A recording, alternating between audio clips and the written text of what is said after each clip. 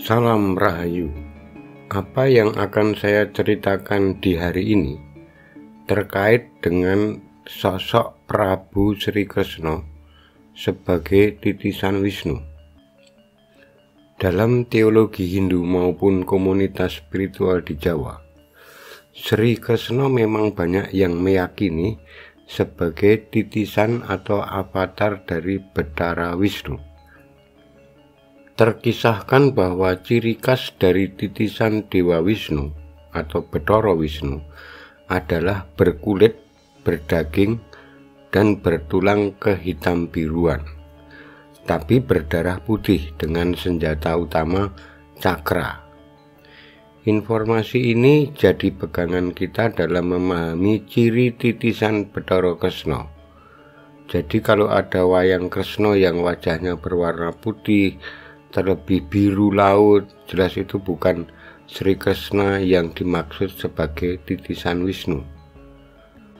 Sebagai titisan Bathara Wisnu, Prabu Kresna mempunyai beberapa senjata, antara lain pertama, senjata yang bernama Cakra Baswara, sebuah senjata yang hanya bisa diperoleh jika memang seseorang adalah titisan Wisnu.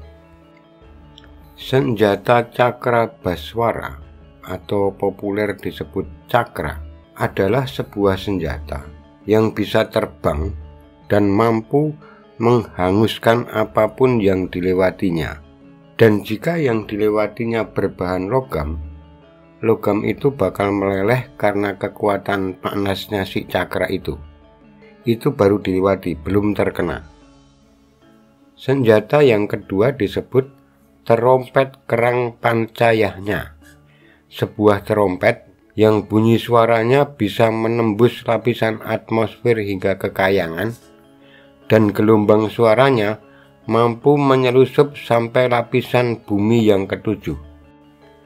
Adapun senjata yang ketiga adalah kaca pameling yang oleh orang Jawa disebut koco paesan, sebuah senjata yang mampu memberikan informasi visual mengenai keberadaan seseorang atau makhluk yang jauh maupun tersembunyi, bahkan makhluk atau objek astral yang tidak terlihat oleh mata manusia.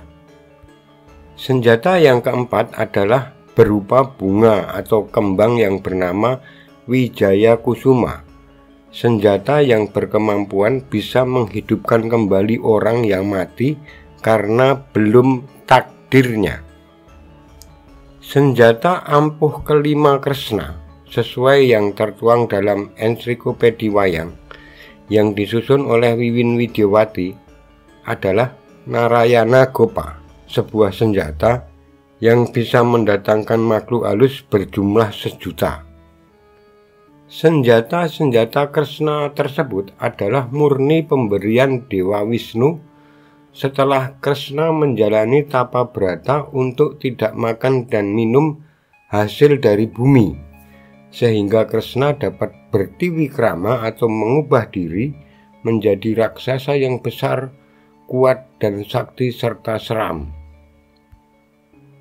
Kresna dalam pewayangan diperkenalkan sebagai avatar atau titisan Dewa Wisnu, putra dari Bathara Guru atau Manikmaya.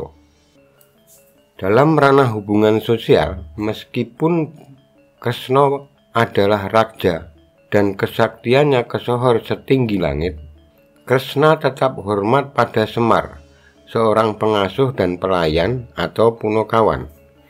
Itu karena Sri Kresna tahu serta menyadari betul bahwa Semar adalah kakak dari Bathara Guru atau Manikmaya.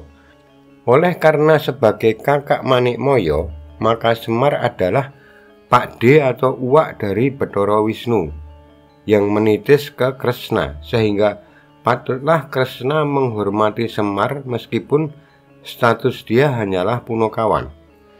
Itulah serpian halus ajaran etika dan budi pekerti dalam pewayangan yang kita bisa petik manfaatnya.